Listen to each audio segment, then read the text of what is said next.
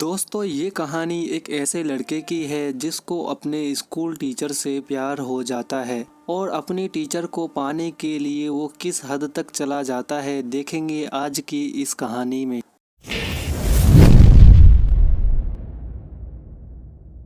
तो कहानी की शुरुआत लेना नाम की एक स्कूल टीचर को दिखाते हुए होती है जो एक मैरिड वोमेन थी। उसकी एक बेटी थी जिसका नाम था रासा। लेना जिस स्कूल में पढ़ती थी वहाँ बेनी नाम का एक हैंडसम लेकिन शरारती हरकतें करने वाला लड़का भी पढ़ता था जो लेना की क्लास में पढ़ते वक्त सिर्फ उसे ही देखता रहता था, मानो जैसे कि वो लेना को प्यार करने लगा हो। ये देखकर लेना भी उसकी तरफ अट्रैक्ट हो जाती है। उसे समझ नहीं आता है कि वो बेनी से कैसे डील करे क्योंकि वो उसका सिर्फ एक स्टूडेंट था। कभी कभी तो बेनी लेना के इतना करीब आ जाती थी कि लेना को खुद पर कंट्रोल कर पाना बहुत मुश्किल हो जाता था। इसलिए लेना उसके अट्रैक्शन से बचने के लिए कुछ भी करने को तैयार थी। वो जितना हो सकता था उतना दूर उससे रहने की कोशिश करती थी। एक दिन लेना सुबह क्लास में पहुंचकर अपने सभी स्टूडेंट्स को टेस्ट पेपर बांटती है और उनको इंस्ट्रक्शन देने के बाद पेपर लिखने को कहती है। तभी वो नोटिस करती है कि पेरी पेपर में कुछ भी नहीं लिख रहा और उसी तरफ देखे जा रहा है। लेना उसको इग्नोर करके दूसरी तरफ देखने लग जाती है। क्लास के बाद वो अपनी बेटी रासा को स्कूल से लेने जाती है और आशा उसे हक करके बताती है कि स्कूल बहुत बोरिंग था। इस पर लेना हंसने लगती है और फिर वो आशा को कार में बिठाती है कि तभी उसकी नज़र बेनी पर पड़ती है जो अपने डॉग को टहला रहा था। वो थोड़ी देर बेनी को देखने के बाद कार ड्राइव करके चली जाती है। अगले दिन लेना की एक स्टूडेंट जर्मी क्लास में प्रेजेंटेशन देती है। तभी लेना की नज़र दो लड़कियों पर पड़ती है जो फ़ोन पर मूवी देखकर हंस रही थी। लेना उन्हें वॉर्न करते हुए फ़ोन को अपने बैग में रखने को कहती है, पर वो लोग नहीं सुनती तो लेना उनसे उनका फ़ोन मांग लेती है और कहता है कि वो क्लास के बाद उनका फ़ोन लुटा आएगी। इस पर वेलेरी नाम की एक लड़की लेना को फ़ोन देते हुए उसे गंदी चुड़ैल कहती है, जिसे सुनकर क्लास के बाकी स्टूडेंट हंसने लगते हैं। लेना उस लड़की को कहती है कि वो स्कूल अथॉरिटी से उसकी शिकायत करेगी।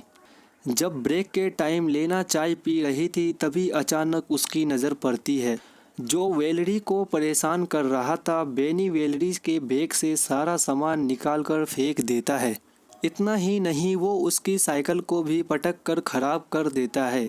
इस घटना के बाद लेना स्टाफ रूम में बैठी एक दूसरी टीचर के साथ बेनी के बारे में बात करती है।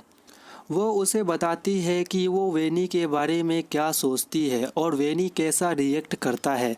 वो उस टीचर से उसकी राय लेना चाहती थी पर वो टीचर कंफ्यूज हो जाता है और उसे समझ नहीं आता है कि क्या राय दे। तब लेना उसे कहती है कि उसे परेशान होने की ज़रूरत नहीं।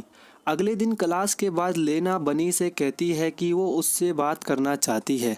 वो उसे खाली क्लासरूम में ले जाती है और बैठने को कहती है। फिर उसका हालचाल जानने के बाद वो उससे पूछती है कि उसे स्कूल में अच्छा लग रहा है या नहीं। उसकी किसी भी बात का जवाब नहीं देता और उल्टा लेना से पूछता है कि वो उससे क्या चाहती है। उससे कहती है कि उसे उसकी फ़िक्र है और ये भी कहती है कि उसे अपनी क्लास की लड़की के साथ बुरी बर्ताव नहीं करना चाहिए।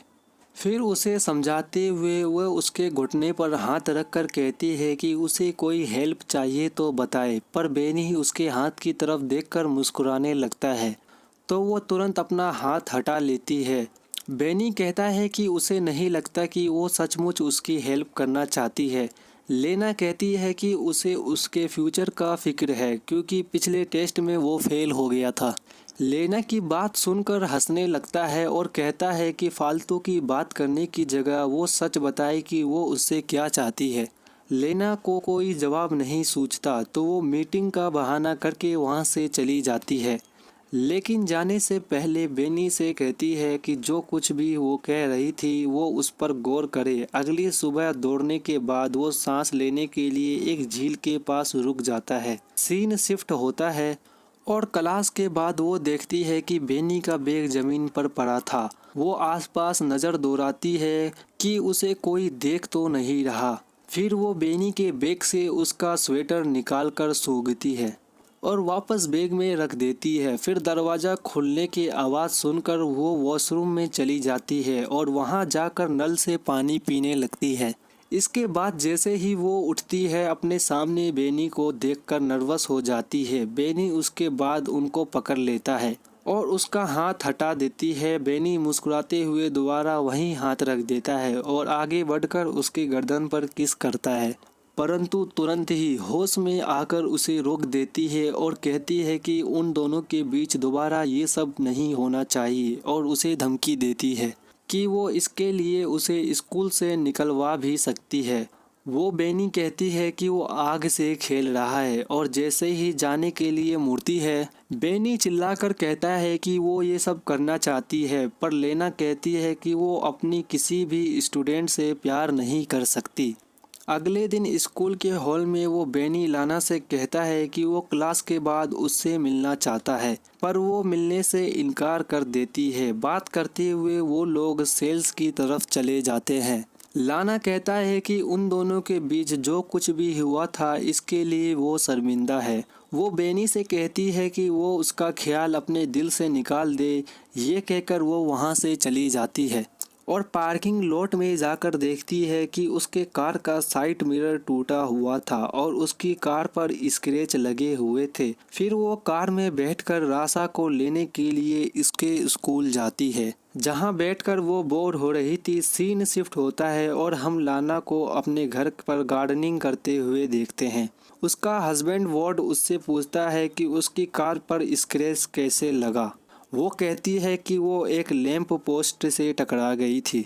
वॉर्ड उससे पूछता है कि लैंप पोस्ट से इस तरह के स्क्रैच कैसे हो सकते हैं, तो वो कहती है कि कभी कभी ऐसा होता है।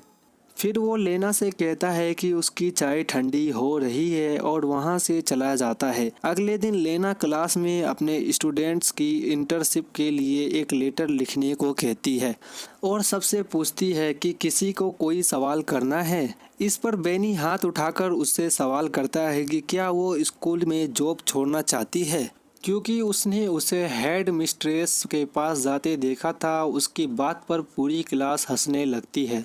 तब लेना कहती है कि वो हेड मिस्ट्रेस को उसकी रिपोर्ट करेगी, पर बेनी नहीं कहता है कि लाना को हेड मिस्ट्रेस के तलवे चाटना पसंद आए। उसकी बात पर लाना को गुस्सा आता है और वो उसके बैग को उठाकर क्लासरूम से बाहर फेंक देती है और उससे कहती है कि या तो वो क्लास से बाहर चला जाए या फिर वो खुद चली जाएगी। इसी बीच एक लड़का बोर्ड की तरफ डेस्क से उठाकर फेंकता है, जो लाना को हिट करते करते बचता है। ये देखकर लाना क्लास के बाहर चली जाती है और स्टूडेंट शेयर करने लगते हैं। अगले दिन जब लाना घर पर रासा को पढ़ रही होती है, तब उसका फ़ोन बार बार बजने लगता है, पर जब भी लाना फ़ोन उठाती है दूसरी तरफ से कोई नहीं बोलता। अगले दिन जब लाना स्कूल जाती है तो टाइम से पहले बेनी को क्लास में अकेला बैठा देखकर डर जाती है और स्कूल के रिसेप्शनिस्ट पर जाकर कहती है कि उसकी तबीयत ठीक नहीं लग रही। इसके बाद वो घर चली जाती है। रात को डिनर बनाते समय वॉर्ड उससे पूछता है कि उसका दिन कैसा रहा, तो वो झूठ बोल देते हैं कि वो सारा दिन स्कूल में पढ़ाती रही और अपनी स्टूडेंट्स के एग्ज़ाम के पेपर्स चेक करती रही। अगले दिन रासा को स्कूल छोड़ने के बाद वो काम पर नहीं जाती और एक नदी के किनारे रुककर एप्पल खाने लगती है। फिर वो म्यूज़ियम में चली जाती है और थोड़ी देर तक पेंटिंग्स देखती रहती है। अचानक उसकी नज़र बेनी पर पड़ती है। उसे वहां देखकर वो घबरा जाती है और जल्दी जल्दी वहां से निकलने की कोशिश करती है, पर लिफ्ट में उसकी मुलाकात बेनी से हो जाती है। बेनी लाना से कहता है कि वो उसे मिस कर रहा था, इसलिए स्कूल जाना चाहता था। फिर वो उसके मौसम को छूने के लिए आगे बढ़ता है। लाना भी आउट ऑफ कंट्रोल होकर उसे 2 बार किस करने की कोशिश करती है, पर बेनी उसे रोक देता है और अपनी उंगलियों को उसकी बॉडी पर फिर आने लगता है। उस रात लाना को बार बार बुरे सपने आते हैं कि उसकी फैमिली उससे दूर हो गई है और वो घबराकर जाग जाती है। अगले दिन वो चुपके से स्कूल के एडमिनिस्टर के ऑफिस में चली जाती है और वहां से एग्ज़ाम पेपर चुरा कर लाती है। और जब सारे स्टूडेंट लंच करने के लिए कैफेटेरियो में चले जाते हैं तो बेनी को फांसने के लिए वो पेपर उसके कोट में रख देती है। अगले दिन लाना ब्रेक रूम में बैठी दूसरी टीचर से बात करते हुए देखती है कि कुछ सिक्योरिटी वाले बेनी को पकड़कर कहीं ले जा रहे थे। दोस्तों, आगे बढ़ने से पहले आपसे गुजारिश है कि अगर आपको हमारी वीडियो पसंद आ रही है तो प्लीज़ अपने मूवी लाइब्रेरी हिंदी चैनल को सब्सक्राइब करें, जिससे आपको ऐसी अमेजिंग वीडियो देखने को मिलती रहेगी।